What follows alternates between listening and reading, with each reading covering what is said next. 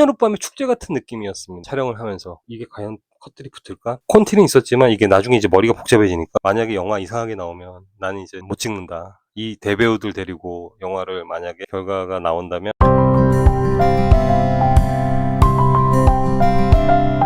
안녕하세요.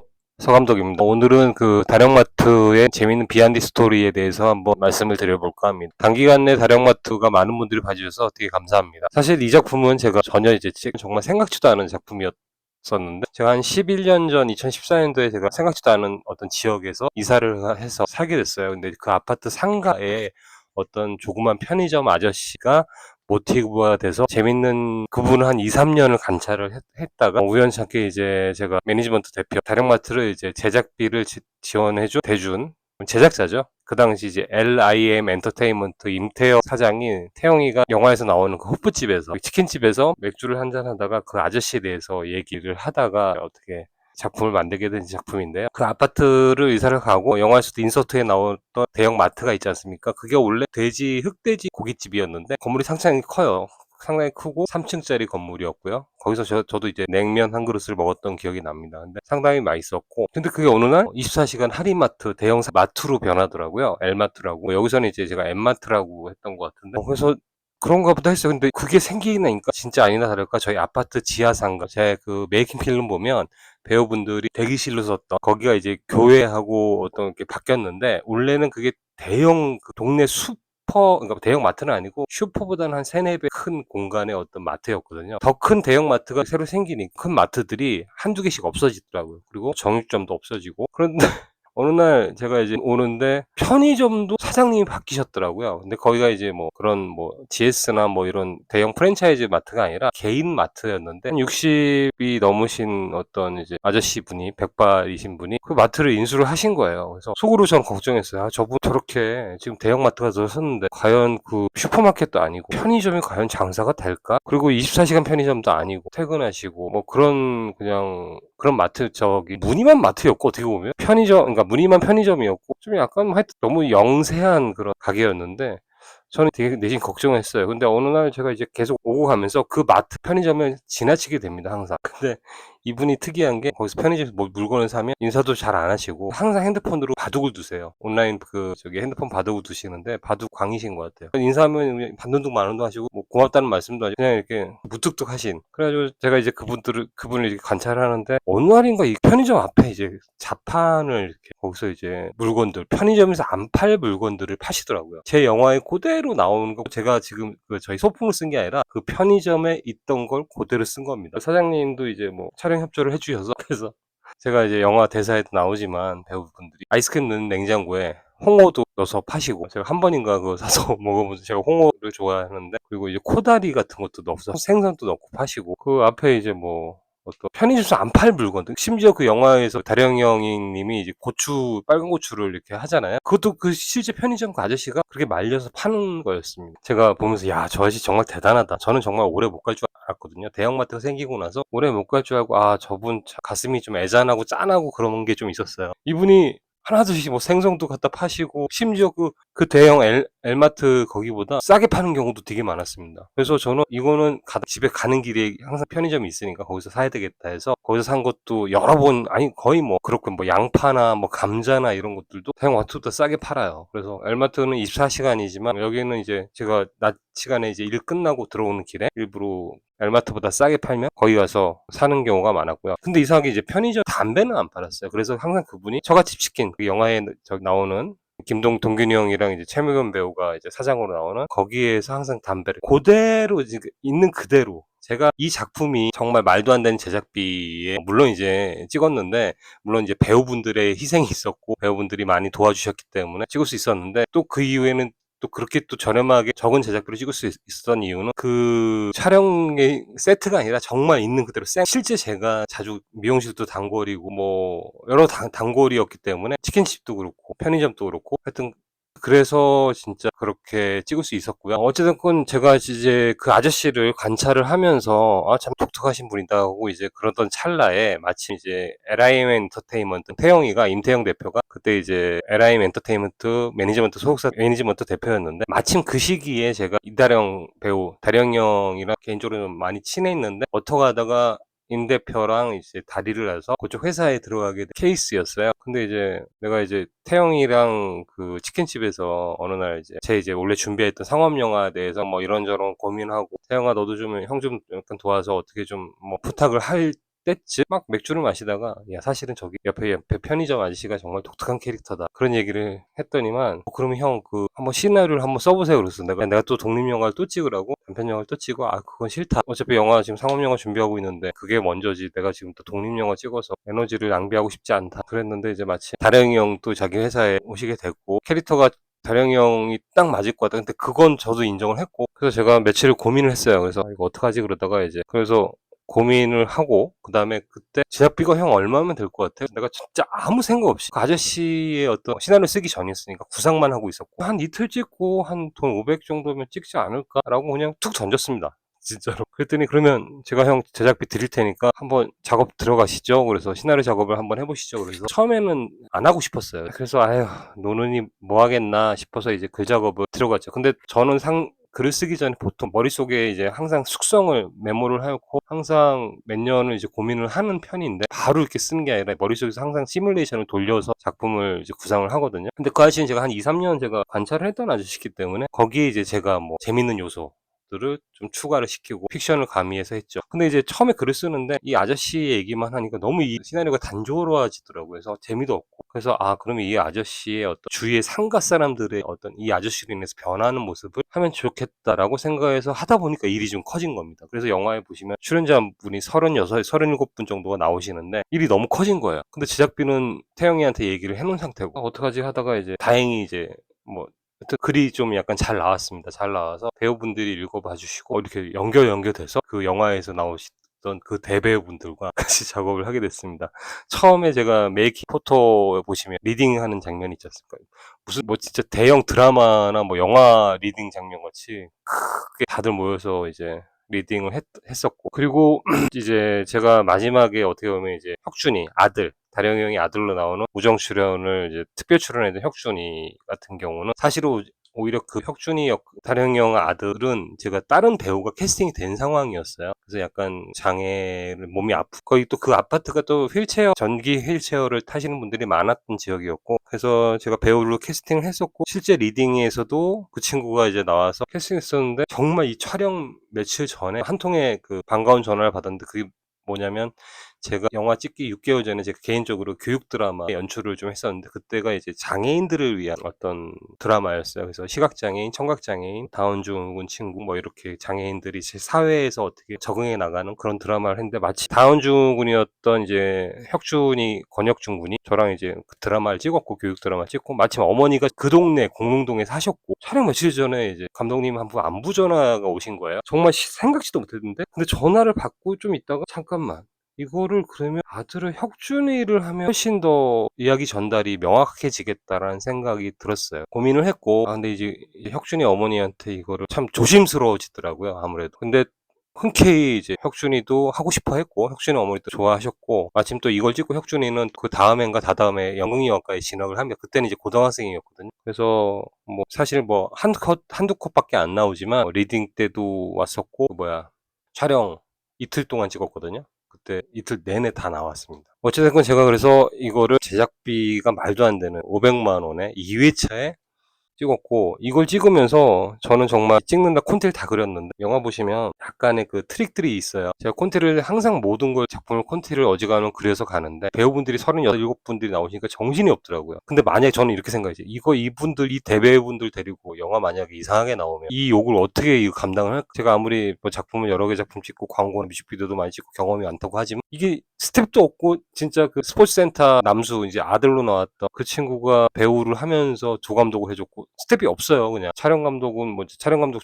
스텝들, 뭐 조명, 그다음에 동시노공기사 몇 명 없습니다. 그리고 나머지 배우분들이에요. 통제도 안 되고. 그러니까 그 실제 아파트 상가에서 찍었고, 여기 보시면 돌아가신 염동원 선배님이 부동산 사장으로 나오는데, 저희가 그걸 왜 그 앞에서 그렇게 찍었냐면, 원래 콘티상에 안에서 찍고 이렇게 하기로 했는데, 부동산 사장이 죽었다 깨나도 협조를 안 해주시더라고요. 근데 그 바로 옆에가 약국인데, 약국은 처음에 협조해 주시다고 했는데, 부동산 사장님이 뭐라고 했는지 약국 사장님이 촬영 직전에 캔슬을 놓으셨어요.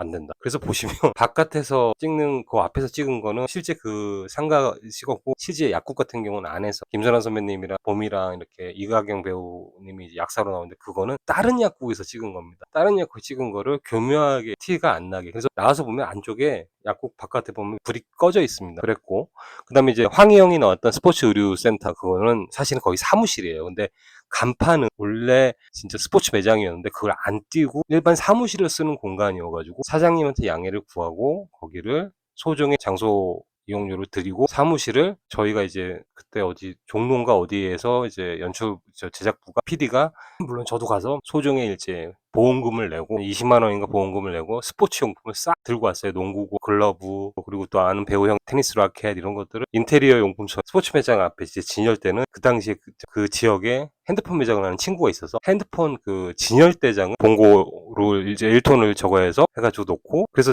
딱 스포츠 매장처럼 꾸몄고요. 그리고 있는 그대로 다 쓴 겁니다. 치킨집하고 미용실은 제가 항상 거기서 머리를 깎았기 때문에 사장님한테 양해를 구해서 그분이 쉬는 날 화요일인가 쉬었던 것 같아요. 그래서 화요일 날 일찍. 근데 이제 제작비는 500만 원이고 저는 배우분들한테 정말 택시비라도 드리고 싶었는데 진짜 못 드렸습니다. 그래서 너무 죄송스럽게 생각했고, 그러던 상황인데 만약에 영화가 안 나왔다 그러면 저는 이제 죽일 놈 되는 거죠. 어쨌든 그런 상황이었고, 더더욱이나 이제 제가 정신이 없었던 거는, 아까 그 약국이 촬영을 승낙을 했다가 갑자기 촬영 하루 이틀 전에 캔슬을 났고, 그 다음에 첫날 1회차, 2회차 찍는데 첫날 1회차를 찍고 2회차에 치킨집 씬, 영화를 마지막에 보면 이제 치킨집에서 다 모여서 동네 사람들이랑 이렇게 하잖아요. 그걸 찍고 저는 이제 그걸 다 맨 끝으로 몰아놨습니다. 왜냐하면 다 끝나고 그냥 그 자리에서 그냥 거기서 디프리를 하려고 그 씬을 다 몰아놨는데, 이제 황희영을 몰아오는 게 아니라 이황희 선배님이 갑자기 촬영 전날 이태차 촬영 전날에 밤 9시 반에 저한테 전화 오셔서, 야 서감독 어떡하지? 큰일 났다. 그래서 왜요? 했더니 KBS 무슨 드라마인데 법정씬이 안산에서 1시인가 2시에 있으시다는 거예요. 제가 그 스킨십 씬을 거기에 단체로 무대기로 나오지 않습니까? 축구 동호회 사람들하고 홍서준 배우님이랑 막 다 이렇게 나오는데, 아니, 이거를 다 이제 계획을 오후 맨 마지막 촬영으로 했는데 2시까지인가 안산을 가셔야 되니까 그때부터 이제 머리가 꼬였죠. 그래서 제가 잠깐 고민하고, 그러면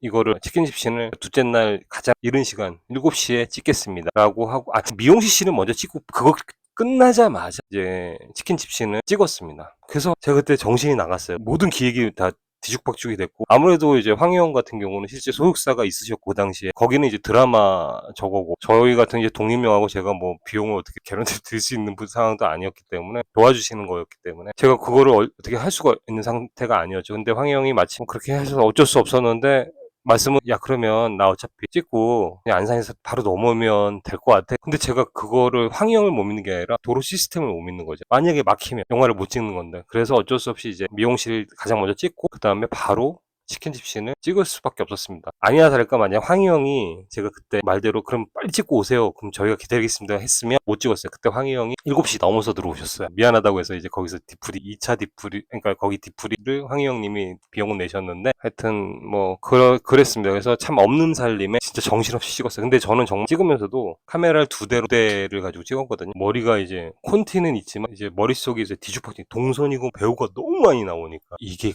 붙을까? 컷과 컷이 붙고, 그래서 인서트를 좀 많이 찍긴 했습니다. 촬영 감독님한테 얘기해서. 저랑 또 작품을, 그 작품이 한 3작품째였기 때문에 이상훈 촬영 감독님이 제 고민을 아시고 그런 인서트나 이런 것들을 많이 좀 짜고 찍으셨죠. 그래서 나중에 그래도 저는 이제 정신이 없었어요. 그 메이킹 필름 보시면 배우분들은 밑에서, 그게 원래 이제 슈퍼마켓 큰 데였는데 교회에서 하는 카페로 바뀌어서 거기에 마침 대기실, 그 대기실 비용도 안 들였어요. 그냥 저희가 이제 카페를, 사람이 많으니까 커피를 엄청나게 많이 사 먹어서 그냥 도와주셨고, 편의점 사장님도 그냥 도와주셨고, 미용실 사장님도 그냥 제가 항상 거기서 머리 깎으니까 도와주셨고, 단지 스포츠 매장 거기 이용료하고, 그리고 세탁소 사장님도 그냥 도와주셨고, 500만 원이 사실 저는 이제 빚진 거죠, 그분들한테. 약국도 도와주셨고, 실내 촬영했던 다른 약국, 오히려 그 약사님은 그때 임신한 상태셨는데, 이렇게 독립영화 하신 분도 도와드려야죠, 흔쾌히 도와주셨고, 유독 이제 부동산 사장님이 안 도와주셔서, 제가 이제 옛날에 저도 이제 부동산 사장님들이 앞에 이제 평상 놓고 바둑 두시는 그런 이미지가 있어서 첫날 첫 촬영을 그걸 찍었습니다. 그래서 그 부동산이 9시 반인가 9시에 열릴 거예요. 그래서 아직도 기억나는 게, 첫날 염동훈 선배님이 일찍 나오셨어요. 6시 반인가? 저는 바로 옆이가 집이니까, 저희 아파트 상가니까, 거기서 이제 동원이 형이 오셔가지고 제가 앞에서 이제 그 부동산 그 보이게끔 세팅을 해서 그 씬을 한 2시간 조금 넘게 찍었던 것 같아요. 부동산 씬 처음에.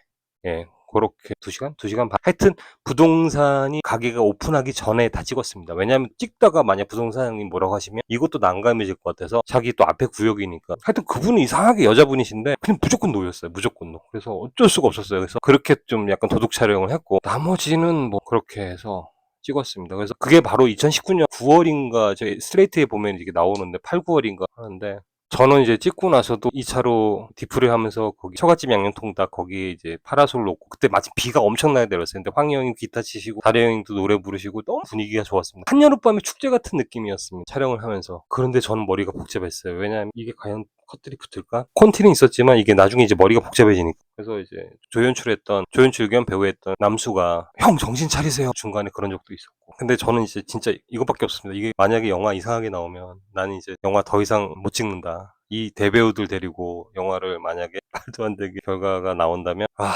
끔찍하더라고요. 온통 머릿속에 그거밖에 없었습니다. 그래서 촬영을 끝내놓고 일단은 며칠간 푹 쉬고 이제 가편을 돌렸는데 다행히 좀 괜찮았어요. 그러던 찰나에 코로나가 터진 겁니다. 코로나가 터졌고 마침 이 핑계로 이거 좀 약간 작업을 안 해도 되겠다라고 생각을 했었습니다. 근데 이게 코로나가 이렇게 오래 갈 줄 몰랐죠. 근데 3년 전에 이제 동원이 형이 12월 2일인가 돌아가시고 이제 올해 12월 2일 되면 이제 3주기 되시는데 돌아가셔서 이제 안 되겠다 싶어서 이거를 마무리를 해야 되겠다. 그래서 이제 죄송하지만 동원이 형 돌아가시고 12월 2일에 돌아가시고 제가 이제 이거를 3월인가 4월에 완성을 했을 거예요. 동원이 형이 저희 집에서 자주 오셨어요. 왜냐 같은 이제 노원구 사셨기 때문에 툭하면 이제 뭐 약주를 좋아해서 그 치킨집에서 나와라 그래서 우리 집에 저희 집에도 오셔서 한잔 하면서 이제 제가 다행히 가편집본을 보여드렸는데 상당히 흡족해 하셨습니다. 야 그래도 정말 잘 나왔다. 정신없는 줄 알았더니 어떻게 영화가 이렇게 작품이 나름 메시지 전달이라는 건 너무 좋게 나왔다라고 칭찬을 들었습니다. 근데 이제 완전히 완성된 작품을 못 보여드려서 그게 너무 죄송한 거죠. 어찌됐건 그렇게 작업을 했고 형이 돌아가시고 대학로 CGV에서 시사회도 했었고 정말 크게 감사하게 지역영화제 여주의 이제 남한강영화제에서 우수작품 대상도 받았고 제가 이제 제일 너무 좋았던 건 이제 가치범 영화제 옛날로 치면 장애인 영화제인데 그걸 가치범 영화제로 영화제 이름이 바뀌었는데 거기서 초청을 받았고 관객상도 받았고 그리고 뭐 제주도의 조그만 영화제에서도 초청을 받았고 최근에 이제 양평영화제에서 초청을 받아서 제가 지금 다령마트를 이렇게 소개 영상을 지금 이렇게 찍게 된 건데 비하인드 스토리도 그렇고 영화도 올려서 어찌됐건 저한테는 정말 뜻깊은 영화였고요. 많은 배우분들과 즐거운 시간을 가지고 진짜 한여름밤의 꿈 같은 작업이었습니다. 준비하면서도 재밌었는데 촬영 때는 2회차 찍을 때는 정신이 없었어요. 진짜 머리 복잡했고 하여튼 근심 걱정이 가득 찼고 근데 어쨌거나 영화제를 제가 어쩔 수 없이 몇 년간 숙성을 했던 게 코로나 때문에 영화제를 올라가야 배우분들과 같이 이제 페스티벌 같이 이렇게 즐길 수 있으니까 그런 핑계로 또 안 했었군. 동원이 형이 어쩔 수 없이 그렇게 되시는 바람에 제가 너무 죄송스럽고 그래서 많이 작업을 마무리를 했고요. 그래도 하늘나라에서 연동원 선배님이 동원이 형이 좋아해 주실 거라 즐겁게 봐주셨을 거라고 믿습니다. 어쨌든 오늘 좀 비하인드 스토리가 좀 길었네요. 짧게 하려고 하는데 이게 원체 많은 얘기가 있어서 좀 길었고요. 하여튼 많은 분들이 즐겁게 봐주셔서 너무 감사하고 저는 그렇습니다. 이게 뭐 제가 이렇게 제 채널에 유튜브에 올려서 더 많은 분들이 좀 봐주셨으면 좋겠고 어차피 이것도 다령이 형은 다령이 형대로 또 이후에 또 잘 풀리시고 많은 배우분들이 잘 되시고 있는 모습을 보고 너무 기분 좋고 선배님들이랑 계속 연락도 하고 저보다 나이 어리신 배우분들도 저랑 계속 연락을 하면서 안부를 묻고 그런 상황이거든요. 어떻게 보면 형을 너무 그리워하게 된 이 작품이 아니었으면 형을 알지도 못했겠지만 이 작품을 해서 형과 진짜 한 몇 년 동안 너무나 깊은 좀 친밀한 관계 정말 자주 보는 관계여서 더더욱이나 좀 슬프고 제가 사실 장례식장 가서 그렇게 우는 편은 아닌데 제가 군대 있을 때 휴가 나와서 외할머니 장례식장 이후로 처음으로 펑펑 울어 장례식장에서 운 건 처음이었던 것 같아요. 제가 뭐 친인척이든 이렇게 울지는 않았는데 동원이 형 장례식장에서는 너무 좋고 지금도 보고 싶은데 사실 꿈만 같아요. 이 형이 지금 안 계신다는 게 그렇습니다. 어찌됐건 긴 시간 봐주셔서 감사하고요. 뭐 혹시 주위에 또 제 영화를 추천해 줄 수 있으면 추천해 주시면 감사하겠습니다. 채널은 제가 다 오픈을 해놓은 상태이기 때문에 많이 봐주시면 고마운 거고요. 배우분들도 아마 많이 봐주시면 고맙게 생각하실 것 같습니다. 긴 시간 봐주셔서 감사하고 이만 들어가겠습니다. 감사합니다.